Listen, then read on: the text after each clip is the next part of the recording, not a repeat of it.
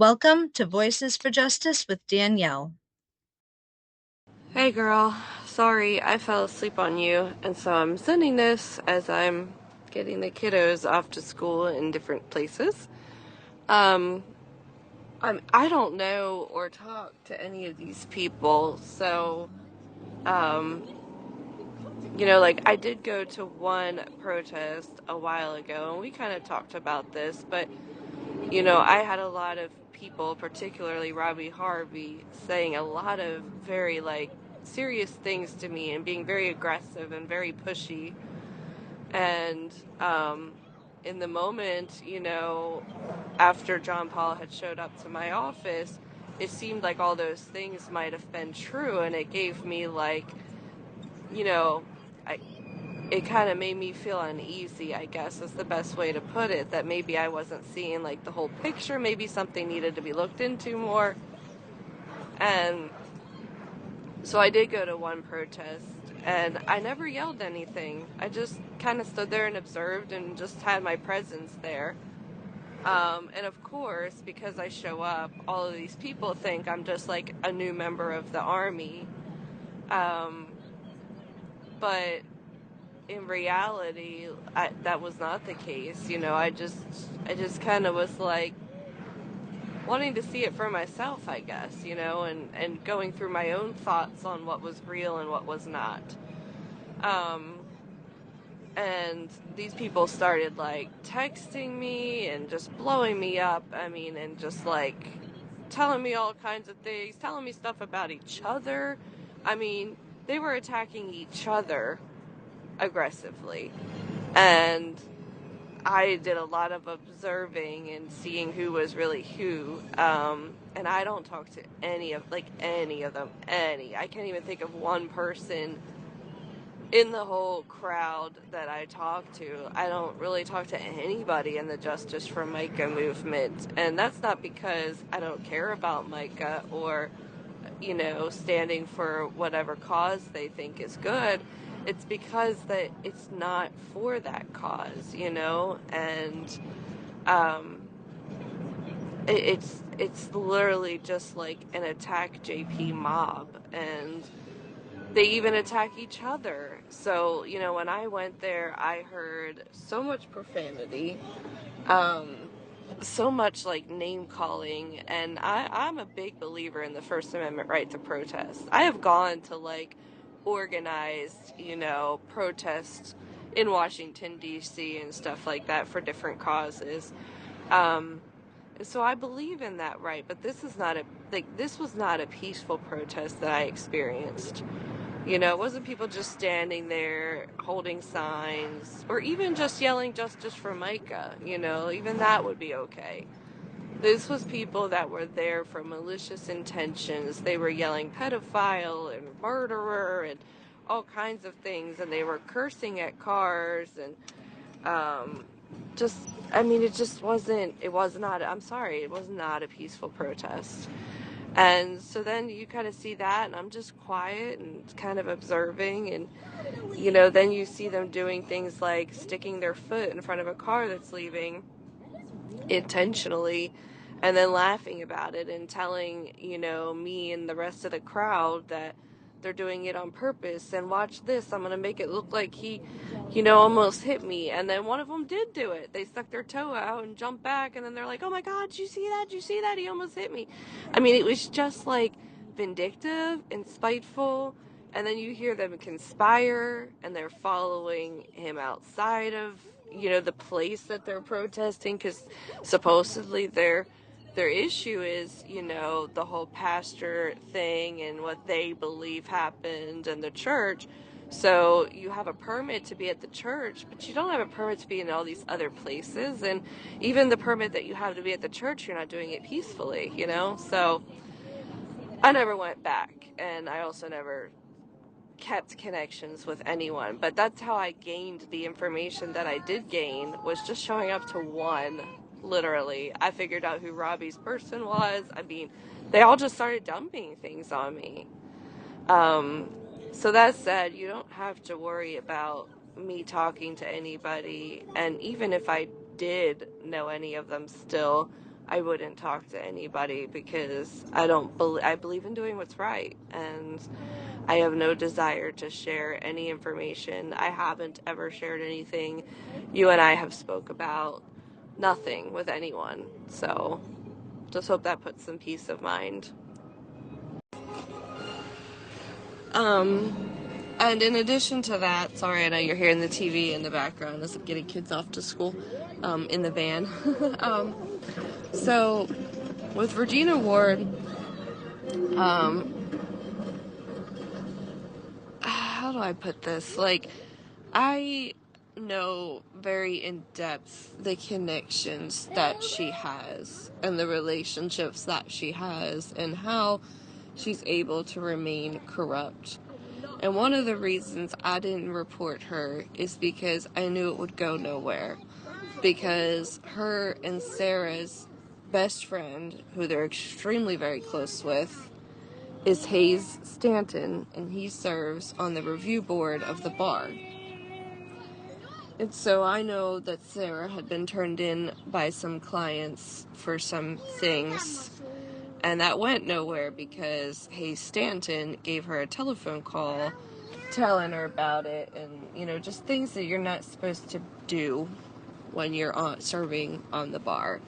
And so with Regina being a very close friend of his, that's kind of how that's going to be handled. Now, yes, he's not the only member of the review board, but he does have some influence. So the first day, I guess maybe Sarah told her that John Paul had came to the office, and the first day she just comes running up to me basically and comes into the office, and she's like sitting down with Sarah, and she's like all excited about like wanting to get me on her side, I guess is the best way to put it. And she was asking for like pictures of him, any phone calls I had with him. She wanted the records of the phone call that he made to the office. Like just trying to get me to like dig up whatever I could on him, anything that iPhone Guru would have sent me. And she kept like saying that it was for the purpose of giving it to the FBI. And I'm like, well, if they need this stuff or they're asking for this stuff, I would never like not comply with, an officer asking me questions. But I feel like they would be asking me themselves. And she got very offended. It was like, I know all 5 agents, and they talk to me, and they trust me, and I look at every piece of information, and I filter through what they should see. And I'm like, that's not how it's supposed to work. Like, you should be like, the federal agents will ask their own questions, they get their own information, and they'll filter out what they think is relevant or not relevant. Not you. And that just raised a red flag to me because I had been in the field for 17 years, and I just know that's just not how this sort of thing works. And then, Sarah had mentioned that it wasn't the first time that he had been in the building because he, goes and sees Tom Winslow's office or whatever. Oh, my daughter's coming out. Let me finish this part. So I'm going to pause at him coming to Tom Winslow's office part, and then I'll finish. I'm listening back just to see if I left anything out, because it's so much information, it's hard to, remember it all. And I forgot the part where she told me, I ruined the family's settlement, and I ruined all of their options because I didn't tell anybody I heard his side of the conversation. I didn't tell anybody that he was there, and that I didn't tell them that he had called the office before, back in February when they were trying to get a divorce. And I'm like, well, I didn't think any of that was relevant. And if I thought any of that was relevant, I would have called the FBI, not their family's attorney. But she said all these awful things that, I had totally destroyed, their chances at justice and a good settlement. And I'm like, no, I didn't. Nothing I said or could have said would have affected that. And again, I'm not here to take sides in a settlement offer that I know nothing about. That Oh, it's just so infuriating. Like, I was just like, I would never, if I had information that was important to the case, I would not have given it to the family or to their attorney or to any other random creator. I would have went to the FBI. I didn't think the phone call back in February was relevant. I still don't. Like I told you before, and I even said this to her when she was in our office. I'm like, do you know how many people a day I hear say they want to destroy their spouse because, the spouse is cheating? And they don't mean, like, I want to murder my spouse. That's not what it means. Like, people say that all the time because they're hurt, they're frustrated, they're being cheated on, like, or they're trying so hard in a marriage that's just, like, endlessly hopeless, and they'll say, like, I want to destroy them, meaning, like, they don't want them to get things from them. They don't want to pay that person alimony. They don't want that person to get the house. Like, they just want to cut ties and take it all and leave. That's what it means. And that's, how I took it. And that's the part that was cut out from Robbie Harvey. But she didn't like that answer. So she definitely tried to make me feel like really guilty for, I guess, not sharing this relevant information at the time of their settlement, which to me would have been a conflict of interest. But we won't even go there. All right, so I'm going to finish listening to make sure I didn't leave anything out, and I'm going to read your messages. Sorry about that. My daughter was getting in the car for me to drop her off. So yeah, so then, like, she was asking about him coming to the office for Winslow's office, and I told her the truth that I had overheard the conversation. I said, I'm aware of the situation Sarah's talking about, and I overheard the conversation, but I never shared it with anyone. And that was the truth. That is the truth. Still the truth. And, I heard him on the phone with Russell Long, and then I heard him telephone Pastor Randall to get his input and stuff before he made the settlement offer with the family. And that wasn't intentionally. He was out in the lobby area, like at the top of the staircase. He'll know where I'm talking about. He was up at the top of the staircase on the lobby, and I was literally right on the other side of the door that he was talking in front of. Like, I couldn't have helped but overhear, And so she wanted information on that and had all these questions on that and kept repeating that I was a grain of sand, and every little piece of sand makes her big beach, and she, needs me to help her make her beach, and just all this bullshit. And I just didn't feel right about it. So I was like, well, give me your email address and I'll think about it, and if I feel like there's something that I need to send you, then I will let you know. I just kind of tried to play it off, and that wasn't good enough for her. Then she was asking me to write down, like, my email address and write down my phone number, and I never wrote down any of that. I might have given her one email address that I never use, but I wouldn't give her anything else. And she kept pressuring me, and then she's like, send me that email. And I was just like, okay, I'll think about it, and I was just trying to get away from her because, like, her personality was like a bulldog, like a pit bull, just like coming for whatever she thought I would have or wanted to paint her picture. And having said that, she reminded me of Robbie Harvey, but do know that she talks to Robbie Harvey almost every day. So everything that happens will be found out by him because of her. So anyway, the next day she comes back and she's like, you never sent me that email, and she was getting accusatory. And I said, well, first of all, when I left work, I have 4 kids, I was busy, and I told you I never told you I was going to send it. I told you I would think about it.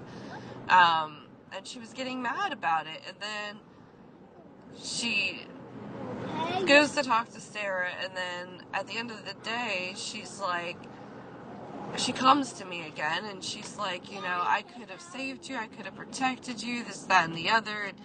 Then she's telling me that she has to let me go. And I'm like, first of all, you're not my boss. You don't even work here. You have no association with this firm whatsoever. And she basically let me go because I wouldn't turn over any information on John Paul. And I told her, I said, I have no problem if the FBI has any questions. They're welcome to ask me. They will. They're not just going to, they're going to come and ask questions if they have questions. And so I don't believe this is for them. I don't believe that. Okay, Bubby. I don't believe that they're asking me to get this information from me because they would just ask me themselves, and if they need it, I'd rather just talk to them directly and not through you. And I said this because I knew it was all bullshit, and so she was mad, and then she insisted that she had to let me go, and that, I don't know, just, I was an excellent person, but, she just had to let me go. And so Sarah felt really bad about it, and she paid me for 4 months after because she knew it wasn't right. But I think that Regina had her feeling like there was nothing she could do about it either. And Sarah's a more passive person. She's a very passive attorney. She's more of like a settlement attorney, honestly. And so she doesn't handle confrontation well at all. And she doesn't like contested cases and things like that. So I knew it was in Sarah's personality to be submissive to whatever Regina wanted. So I never reported that, even though I knew it was unethical. I knew it was illegal because I also knew that it would go nowhere. So yeah. Sorry, he wanted to play on the playground while we waited for my husband to get done.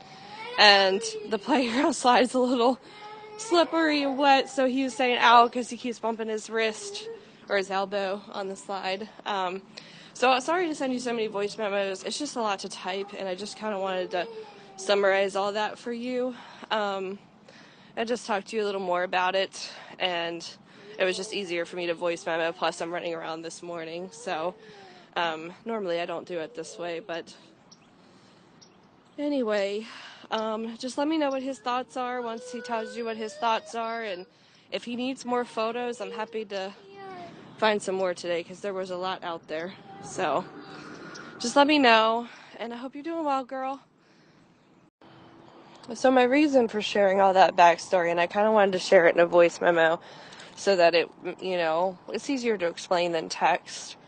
I just, and I had so many attorneys, and I'm not even kidding, even from other counties like Columbia and Charleston, volunteered to take my case pro bono, and some volunteered to take a contingency where, they only wanted a percentage of, whatever money, because they knew it was unethical of Regina and even Sarah to allow somebody to do something that they literally can't do. But the problem was, and the reason I never went after her, and trust me, I wanted to, is because all those attorneys saw the John Paul Miller thing, and they wanted to go after him too. And I just didn't really want to do that. It just didn't feel right. And I know he was coming after me and all that, but I didn't want to do that. So I let it go. But my reason for sharing all of this is because when she sees me, she's going to be furious. And she's also going to try to manipulate it. She's going to try to say, well, didn't you, don't you have a lawsuit with John Paul? Didn't you have a issue because he showed up to your work? And I'm sure she's going to bring those things up. Any good attorney would. I know how to answer them the right way, but I just wanted it to be transparent that even though my testimony could hold a lot of weight to help, that those things will come up. And if I'm being entirely honest, yes, I did say that John Paul came to my office, and yes, I did say that I felt threatened. I didn't say he threatened me. I said I felt threatened. But the reason I felt threatened at the time is because her and Robbie Harvey were hounding me with all this stuff. They were telling me that it wasn't just about Mica's murder, and that, he's been money laundering, and he's involved in sex trafficking, and he's being investigated for all those things. And they were telling me so many crazy, crazy stories, and I just started to become scared, like maybe I don't know the whole picture. And then when John Paul just randomly shows up unexpectedly, I start to, you get anxious and you feel kind of threatened, and you're like, well, do I not know? You know? So, yeah, there was a moment that I did, but then when I saw how the protesters were acting, when I kind of looked into information for myself, and when I started to like collect my own opinion and my own thoughts and separated myself from those two that were telling me things that weren't true, then I realized like this is not the case. This is not really what it is, and there's no reason for me to feel threatened. And I do think he's a good person, and I think he's shown a lot of mercy to people who have treated him very poorly, and I think what they're doing to him is very unfair. It's wrong, it's unethical, it's harassment, it's just so many things. So I can answer these questions in a way that makes sense, and they're honest answers. But these questions are going to come up. They just are. And I just don't want it to be a bad thing that they come up, because I'll have to be honest. I'll have to say, like, yes, he came to my work, and yes, at the time, because of what I was being told, I felt threatened, but now I realize that's, I don't. So, and I can also answer questions in a politically correct way. Tyler, bud. Like, for example, if she mentions the lawsuit, I can legally say I haven't been served with any lawsuit, because I haven't been. And the court is going to dismiss that on their own anyway, because it's been 120 days and I haven't been served. And he would have had to have served me within 120 days. So it's going to be automatically dismissed anyway. So I have no motivation to help him. I'm only doing it because it's right. And I genuinely think that he needs to know there's good people out there, and there's people who want to help him. And there's people that will stand up when there's something wrong and stand up for what's right. So, I just, and I don't want a penny of his money, and I would never share that with anyone, but I would never do it for that reason either. But I can answer these questions honestly, like, well, I've never been served with a lawsuit. She can't go any further than that.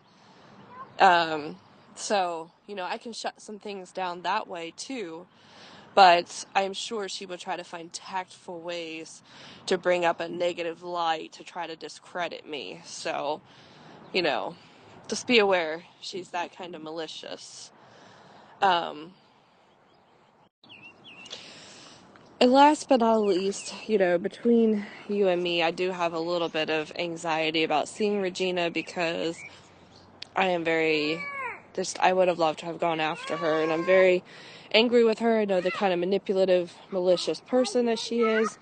The very last words that she said to me when I was leaving that day, she tried to give me a hug, was, you need to join me. You need to come out. You need to, help me get this wall passed, and blah, blah, blah. And she's like, I need your help. You need to help me nail that motherfucker. That was her exact words. So, and it's not an easy task either, because I do have to get off work, which I do have plenty of time since it's in advance to put that request in. I normally take my kids to school this morning. They're in the morning. They're not bus riders. And my daughter gets dropped off at the high school at 7:30. And so it is a little bit of a push for me to get from Conway to the Magistrate in Myrtle Beach in 30 minutes. In Conway traffic, I actually probably wouldn't make it in 30 minutes. So I'm going to have to figure out arrangements there. And my husband has been doing PT on Monday, Wednesday, and Fridays. And I take him at 7 and then pick him back up and bring him home. And then, I head to work. So I'll probably have to change his appointment that day, because I think that's a Wednesday. So there's a couple of things, because usually I'll take him to PT, get my daughter to high school, bring him home, and then go to work. Hold on, bud. So, which is what I'm doing right here as I'm as I'm sending you voice memos. I'm waiting for him to get done so I can drop him off and go to work. So So yeah, it's just there are a lot of moving pieces that I need to move around in my schedule. It's not, I'm not gonna lie, it's not gonna be easy for me, but you know, I want to do what's right and I want to help him. So I'm not telling you this as a way of like me backing out or anything like that. Please don't think that. Just being transparent. So I do have some things I gotta work out in the next couple days. But yeah, I do want to help, and I do think, or at least I hope, that my testimony could help. Because I have seen a lot. I've seen a lot on the lives. I've seen a lot in the comments. But I also was there one time, but it was enough for me to see how they really were and what was going on. And so if that helps, I'm willing to speak the truth about that, because, you know, these people scream for justice and this, that, and the other, yet they're doing crimes and injustices themselves and lying about it. You okay, bud? Okay, I got you. You hit your butt there? On the slide? Okay, I got you. I know, you gotta be careful.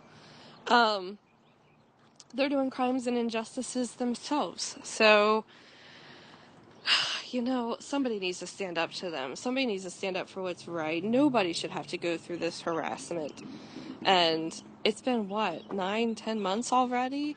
And he can't get peace. I mean, he's lost his wife. He's lost his church.